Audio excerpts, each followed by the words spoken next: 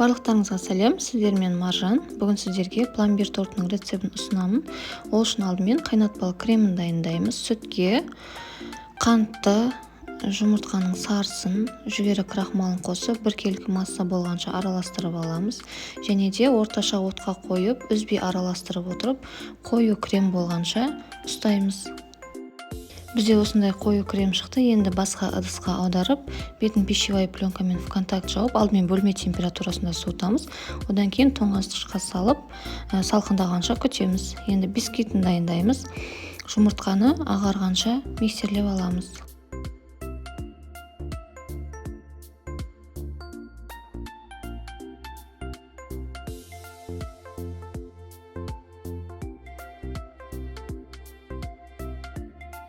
Бөлме температурасындағы қойылтылған сүтті, яғни сгущенканы қосамыз. Және де бөлме температурасындағы сары майды қосып, біркелкі масса болғанша тағы да миксермен араластырамыз.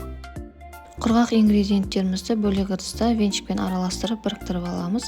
Сұйық массамызға қосып, қою біркелкі қамыр болғанша миксермен тағы да араластырамыз.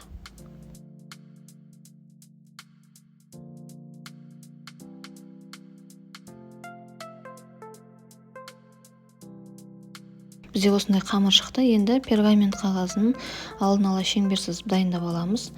Соған 2-3 ас қасықтай қамырды салып, тегістеп жаямыз лопатканың көмегімен. Және де 170 градуста қызып тұрған пеште 3-5 минуттан корждарымыз піскенше пісіріп аламыз.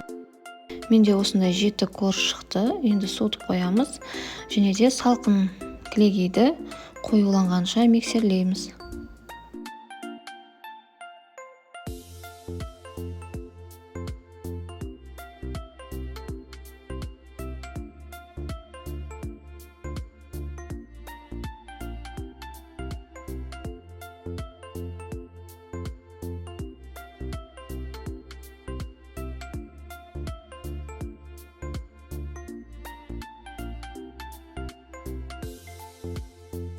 Кілегейіміз қоюланды. Енді қайнатып дайындап қойған қайнатпалы кремімізді қосып, екеуі бірігіп біркелкі крем болғанша тағы да миксерлейміз.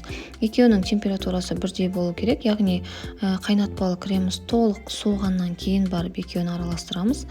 Себебі креміміз жылы болса, сливкиіміз іріп, креміміз сұйылып кетеді.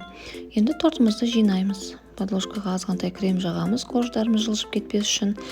Және де осылай корж, крем етіп, тортымызды толықтай жинап шығамыз.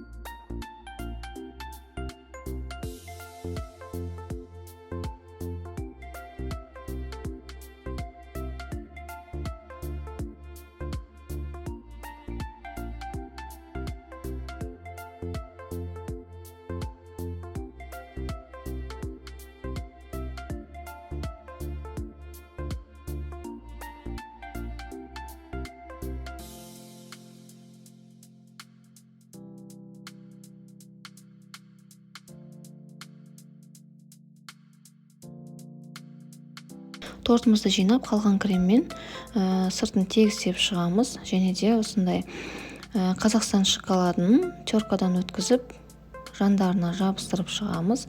Бетіне какао себеміз. Осымен біздің тортымыз дайын.